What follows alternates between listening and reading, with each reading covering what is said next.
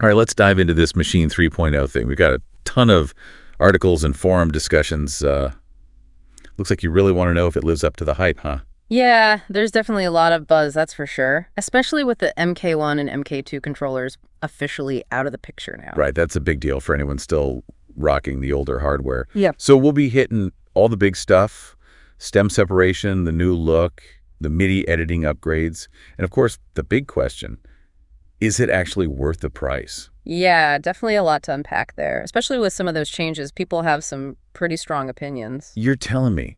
Like that whole UI redesign. Some are calling it sleek and modern. Others are saying it's kind of generic. UI updates are always tricky. You're never going to please everyone. True. But it is interesting to see how Native Instruments is trying to balance appealing to those longtime users while also trying to bring in new people. Yeah, it's a tough line to walk for sure. But you want to talk about the feature that has everyone really talking. Oh, you know I do. Lay it on me. Stem separation. This is where Machine 3.0 could really change the game. Imagine isolating the drums, the bass, vocals, anything you want from any audio file. Okay, stop. I'm already sold. But seriously, for those of us who aren't, audio wizards, how does this magic actually work? So Native Instruments is using some serious tech here. It's from Isotopes RX, which is like the gold standard for audio repair and all that. Basically, the algorithm analyzes the audio and tries to separate the different sources based on their characteristics like frequency, timbre, even spatial positioning. Oh, okay, that's way more complex than I was picturing. It's deep stuff, but the results, I gotta say, they can be pretty mind-blowing. So it's like having a virtual sound engineer who can just dissect any track and give you the individual pieces. That's a pretty good way to put it. That's insane. But how does it stack up against what other companies are doing? Like Akai's MPC, they've been making some noise with their stem separation too. Right, that's the big question everyone's asking. Honestly, it's still early. The quality of the stem separation, it really depends on the audio itself and the algorithm being used. We'll need to see some head-to-head comparisons to really know who comes out on top. Well, consider me intrigued. Now, another upgrade I'm excited about is the whole MIDI editing workflow. Splitting, joining, erasing notes, it's all so much smoother now. For real. And finally, we've got audible previews. This is huge for anyone who spends a lot of time in the MIDI trenches, like me. Definitely a welcome addition. Maschine has been kind of playing catch-up in this area. These new features bring it much closer to what you'd expect in a full DAW. You mentioned DAWs, and that makes me think of the per scene tempo changes in this update. This seems like a dream come true for anyone who wants to experiment with dynamic arrangements, Oh, absolutely. Especially in electronic music, where those tempo shifts are so common. Exactly. It's a game changer for sure. You're not kidding. Imagine creating those dramatic tempo shifts without any workarounds or having to use external software. That's freedom, baby. Opens up a whole new world, both in the studio and for live performances. Okay, I'm getting chills just thinking about the possibilities. Now, another feature that caught my eye is this bounce in place option. So we can render sounds, patterns, even whole ideas as audio files. Break this down for the less technically inclined, like myself. So think of bounce in place as like taking a snapshot of your sound. It freezes it in time, which is great for saving CPU power. Okay. You're basically turning these complex instruments and effects into simple audio files. Makes sense. But it's not just about saving power, it also unlocks all this creative potential. Oh. Yeah, you can use it for layering, resampling, creating unique textures, even building whole songs using bounced audio as the building blocks. So it's like this multi-tool for sound design. Exactly. I dig it. And then there's this feature that seems almost too basic to even mention. But I know it's going to make a lot of people happy. Okay, I'm curious. What is it? Expanded file support. Yeah. MP3, MP4, FLAC, OGG, all finally supported. Oh, wow. It's about time. Right. I'm actually surprised it took this long. I know, right? No more converting files or jumping through hoops. Just drag, drop, get to work. And on top of that, they've revamped the Maschine Central Library. Over 100 kits, 144 contact instruments, tons of synth presets. They're really going all out on the content side. Gotta give the people the sounds to play with, right? Exactly. Now, speaking of content, let's talk about the elephant in the room.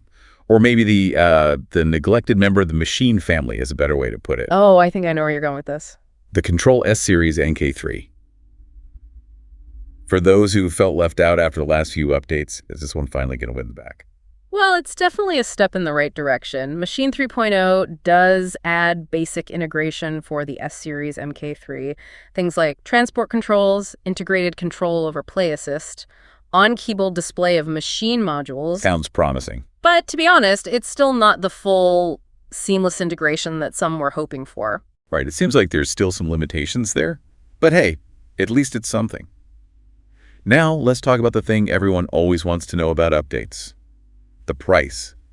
Maschine 3.0 is a paid update, which hasn't exactly been met with universal praise, especially when you compare it to companies like ImageLine. They offer lifetime free updates for FL Studio. It's a valid point. It's definitely a trend we're seeing across music software these days. Subscription models, paid updates, it's becoming the norm. So is it justified? It really comes down to the value, doesn't it? Let's break it down then. What's the damage, and do the new features actually justify the cost? Especially for different types of Maschine users. Okay, so the upgrade itself is $99, but there's also a bundle which includes the upgrade and the new Maschine Central library. That'll run you $149. Okay, not too bad. If you're really invested in the Maschine ecosystem and you're excited about things like the stem separation and the MIDI editing improvements, it might be a no-brainer. But for someone who's more of a casual user, or maybe on a tighter budget, it might be a tougher sell. Especially with all the free and open source options out there. Yeah, good point. So we've covered the main highlights, but what about the stuff that didn't make it into this update? What are people saying in those forum discussions? What are the complaints and wish list items? Ah, yes, there's always those features that get left behind. And from what I'm seeing, some of the most common complaints revolve around the lack of advanced automation features, the limitations of the sampler, and the desire for better integration with other DWs. Makes sense. For example, some are saying that Maschine's automation still feels kind of clunky compared to other DWs. Yeah, I've seen that too. And there are a lot of requests for things like real-time time stretching in the sampler, which would really bring it up to speed with some of its competitors. Right, that's a big one. And then there's the whole DW integration thing. While you can use Maschine as a plugin, the workflow isn't always as smooth as it could be. Yeah, it can be a bit of a pain sometimes. Some users are really hoping for a more streamlined approach, where Maschine acts as a true extension of their main DO. That would be ideal, for sure. Better communication, better control between the two. Definitely. Well, I think these are all valid points. No software is perfect. There's always room for improvement. Couldn't agree more. You know, it's interesting when you think about these features that people want.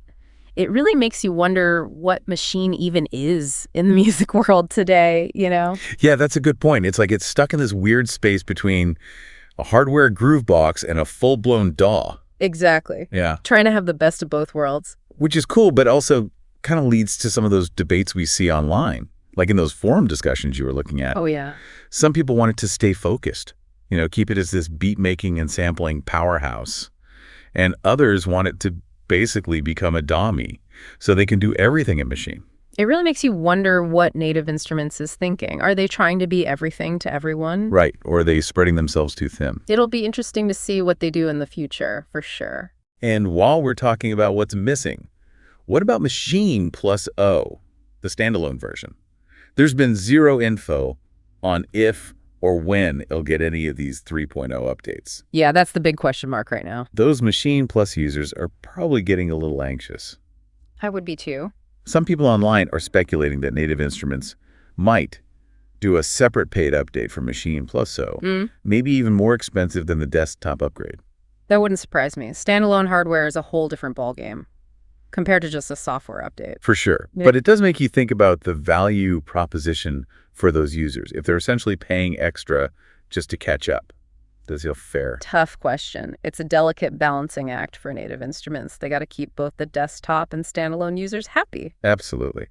But let's get back to some of those specific complaints we were talking about. One that keeps popping up is the lack of advanced automation features. Right. What exactly are people asking for there? The general feeling seems to be that Machine's automation is still pretty basic compared to other DAWs. Yeah, I've seen that sentiment too. Like drawing in complex automation curves is a pain.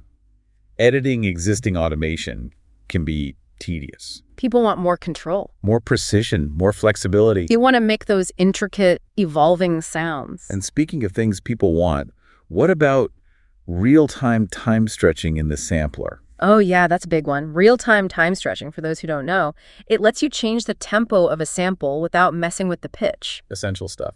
essential for blending samples into your productions. And honestly, it's a feature that's been standard in other products for years. Right, like the Akai MPC. Without it, you're stuck with workarounds or using external plugins. Which can really kill the creative flow. It's kind of surprising they haven't added that yet. Definitely. And then you have the issue of quantized pitch samples. It's a technical limitation that's been bugging some users. Oh yeah, I've heard about this. Basically, when you pitch a sample up or down, the changes are restricted to specific intervals. So instead of smooth transitions, You get these fixed steps. which makes it tough to fine-tune things. Yeah, or create those subtle pitch effects. I can see why that would be frustrating. Yeah. It's another area where Maschine seems to be behind the curve. But taking a step back from the technical stuff, What about those broader complaints about DOD integration? What are the main pain points people are hitting? one of the biggest ones is just the lack of smooth communication between Maschine and other DAWs. Yeah, I've experienced that myself. When you use Maschine as a plugin, sometimes the transport controls don't sync right, or you get MIDI routing issues. Annoying. And then there's the drag and drop functionality. Moving audio or MIDI between Maschine and another DOD. Yeah. That could be way more intuitive. Agreed. Ideally, Maschine would just be like a natural extension of your main DAW. Seamless communication, unified workflow. That's the dream. It seems like the overall feeling is that Maschine has come a long way, but it still has a ways to go before it's truly bridging the gap between being a dedicated groove box and a seamless part of a larger DAW setup. All right, it's got all this potential. But Mhm. speaking of things that need attention, I think it's time we address the elephant in the room. The one that's been stomping around this whole time, You know it. the price tag. Bingo. Yeah, that's been a sticking point for some, especially those who are used to getting free updates from other companies. Exactly. It's a valid concern. When some competitors are offering lifetime updates for one purchase. Right. So for our listener out there who's on the fence about this update, what's the bottom line? Is it worth it? Well, the upgrade is $99 or $149 for the bundle with the new Maschine Central Library. If you're a power user deep in the Maschine world and you really want those new features like stem separation and the better MIDI editing, it might be a no-brainer. Yeah, but for a more casual user or someone on a budget. It might be a tougher decision, especially with all the free alternatives out there. So it really comes down to individual needs. Exactly. So as we wrap up this part of our deep dive, what are the key takeaways for our listener as they're trying to decide if Maschine 3.0 is right for them? I'd say the biggest thing is that this update, it brings Maschine closer to its competition in some important areas, but it also raises questions about where it's headed in the future. Yeah, good point. Stem separation is a huge win, the MIDI editing is way better, and the expanded sound library gives you a lot more to work with. But there are still those limitations and those user requests that haven't been addressed yet. Right, like the lack of advanced automation, real-time time stretching, and truly seamless D-Day integration. Those are valid concerns. Native Instruments will need to tackle those if they want to keep everyone happy. And let's not forget about Maschine Plus. Right, what's going to happen there? Will standalone users get a similar update? And if so, how much will it cost? It's lots to think about. It's a lot to process. Well, let's take a quick pause here, and then we'll come back with some final thoughts. All right, so we've spent a good chunk of time getting into the nitty-gritty of Maschine 3.0. But I think it's time to zoom out a bit. Look at the bigger picture. Yeah. Where does all of this fit into the grand scheme of music production? That's what I'm curious about. Well, it's interesting, right? Maschine kind of occupies this middle ground between a dedicated hardware groove box and a full-blown DAW on your computer, Right, it's trying to be both, trying to capture the best of both worlds. which is cool, but it also creates this tension, doesn't it? Yeah, definitely. We see that tension play out in those online discussions, like in the forums you were looking at. Yeah, for sure. You got some people who want Maschine to just focus on its strengths, keep it streamlined, you know, the beat making, the sampling, and then you've got others who want it to evolve, basically become a full-fledged DAW, so they can do everything within Maschine, It's like two different camps, almost like two different philosophies of making music. which makes sense, I guess. The Maschine user base is pretty diverse. Oh yeah, for sure. You've got beat makers, producers, DJs, live performers, all with their own ways of working. So how do you make everyone happy? Right. That's the challenge for Native Instruments. How do you cater to everyone without alienating someone? It's a tough balancing act. And, you know, I think this reflects something bigger, something we're seeing across music production in general. Oh, what's that? The lines are blurring between different roles, different workflows. Interesting. You've got producers who DJ, beat makers who are making whole albums, artists who blend live performance and studio production seamlessly. It's all merging together. The tools are becoming more versatile, and the artists are becoming more multifaceted. So where does that leave Maschine? Right, that's the question. Is it going to stay a niche tool? Or can it really bridge those gaps and become something more universal? I don't know. That's $1 million question. It'll depend on native instruments, I guess. Can they keep their core users happy while also expanding to appeal to a wider range of producers? Yeah, that's the challenge. Yeah. But either way, it's an exciting time to be making music. Oh, absolutely. The tools are changing so The fast. possibilities are endless. And that's what makes these deep dives so fun. Totally agree. We get to explore these new tools, analyze them, figure out what they're good at, what they're not so good at. And think about where they fit in the bigger picture. And in the end, the most important thing is that each person finds the tools that work for them. Right, the tools that spark their creativity. There's no one right way to make music. Exactly. It's all about finding what works for you and your own artistic vision. Couldn't have said it better myself. Well, I think that brings us to the end of our Maschine 3.0 deep dive. It's been a journey. We covered a lot of ground. Hopefully you're feeling informed and maybe even a little inspired. Inspired to make some music. To our listener, thanks for sending us down this rabbit hole, all your questions, all the source material. It was a lot of fun to dig into. Thanks for listening. And remember, the best music production tool is the one that speaks to you, the one that helps you bring your ideas to life. So go out there and create something awesome. Until next time.